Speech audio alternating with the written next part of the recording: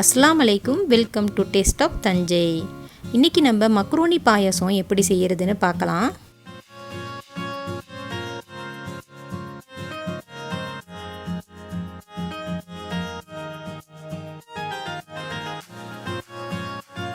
அதுக்கு தேவையான பொருட்கள் 2 கப் அளவுக்கு மக்ரோனி எடுத்திருக்கேன். 2 டிசைனில் நான் எடுத்திருக்கேன். நீங்கள் எந்த டிசைன் வேண்டாலும் எடுத்துக்கலாம். பொடிசாக இருக்கிற மாதிரி உள்ள மக்ரோனி எது வேண்டாலும் நீங்கள் எடுத்துக்கலாம். 2 மாதிரி நம்ம கலந்து போட்டோம்னாக்கா பாயசம் பார்க்கும்போது ரொம்ப நல்லாயிருக்கும். 1/2 கப் அளவுக்கு ஜவ்வரிசி,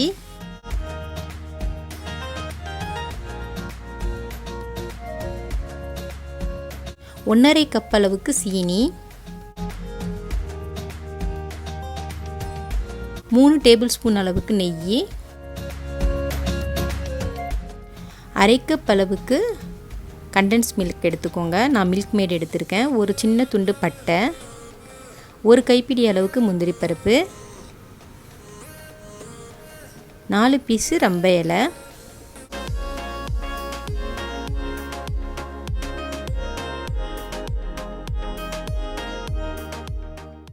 கால் டீஸ்பூன் அளவுக்கு ஆரஞ்சு கலர் பவுடர், 1/2 டீஸ்பூன் உப்பு எடுத்துக்கோங்க. பால் ஒரு 1/2 லிட்டர் அளவுக்கு எடுத்துக்கோங்க. 500 ml.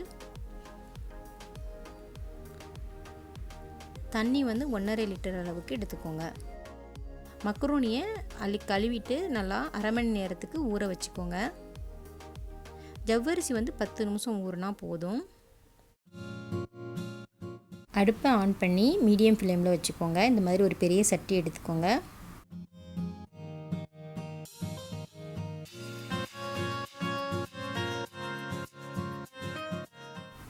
நெய் நல்லா சூடு வந்தோடனே பட்டையும் ரம்பை இலையும் போட்டுருங்க.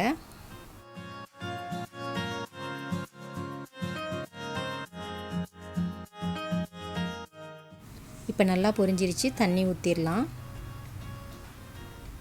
1/2 லிட்டர் அளவுக்கு தண்ணி ஊற்றுங்க. 2 கப் மக்ரோனி போட்டிருக்கிறதுனால.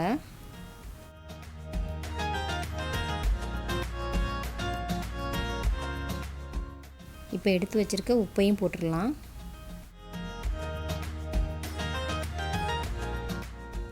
நல்லா தண்ணி கொதி வரட்டும். மூடி வச்சுருங்க. இப்போ 1/2 மணி நேரமாக ஊறின மக்ரோனியை வடிகட்டி எடுத்துடலாம். நல்லா ஊறிடுச்சு. சீக்கிரமாக வெந்துடும் ஊற வச்சிட்டோன்னா. தண்ணியும் நல்லா கொதி வந்துருச்சு. இப்போ வடிகட்டி வச்சுருக்க மக்ரோனியை போட்டுடலாம்.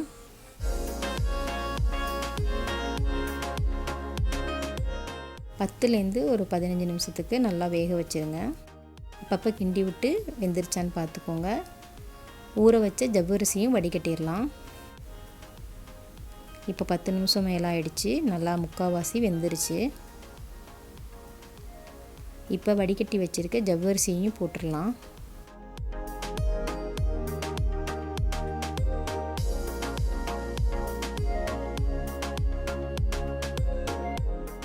ஒரு 5 நிமிஷம் கொதிக்கட்டும். நல்லா கொதித்த உடனே ஜவ்வரிசியும் வெந்துருச்சு. இப்போ பாலை ஊற்றிடலாம்.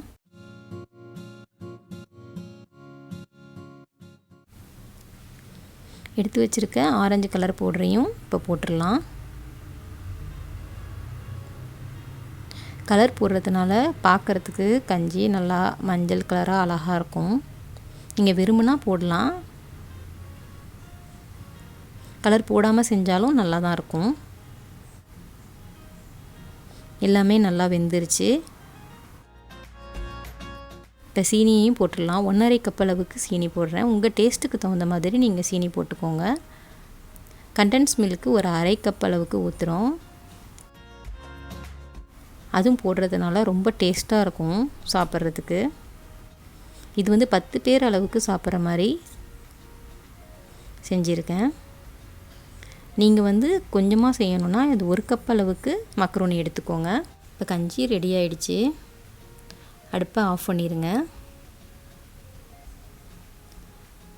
இன்னொரு பேனில் மீதி இருக்கிற நெய்யை போட்டுக்கோங்க.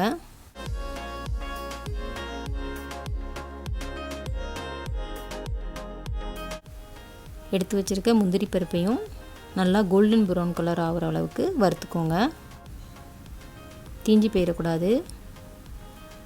உங்களுக்கு விருப்பம் இருந்தால் நீங்கள் உலர் திராட்சையும் சேர்த்துக்கலாம். என்ன நட்ஸ் வேண்டாலும் சேர்த்துக்கலாம், நம்மளோட விருப்பம்தான்.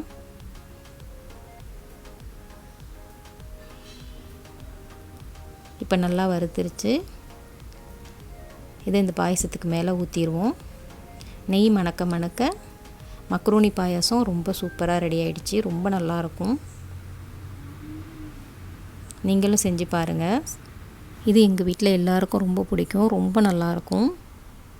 நீங்களும் செஞ்சு பார்த்துட்டு உங்களோட கமெண்ட்ஸை எனக்கு சென்ட் பண்ணுங்கள். இதே மாதிரி சுவையாகவும் ருசியாகவும் நீங்களும் சமைக்கணுன்னா நம்ம சேனல் டேஸ்ட் ஆஃப் தஞ்சையை மறக்காமல் லைக் பண்ணுங்கள், ஷேர் பண்ணுங்கள், சப்ஸ்கிரைப் பண்ணுங்கள்.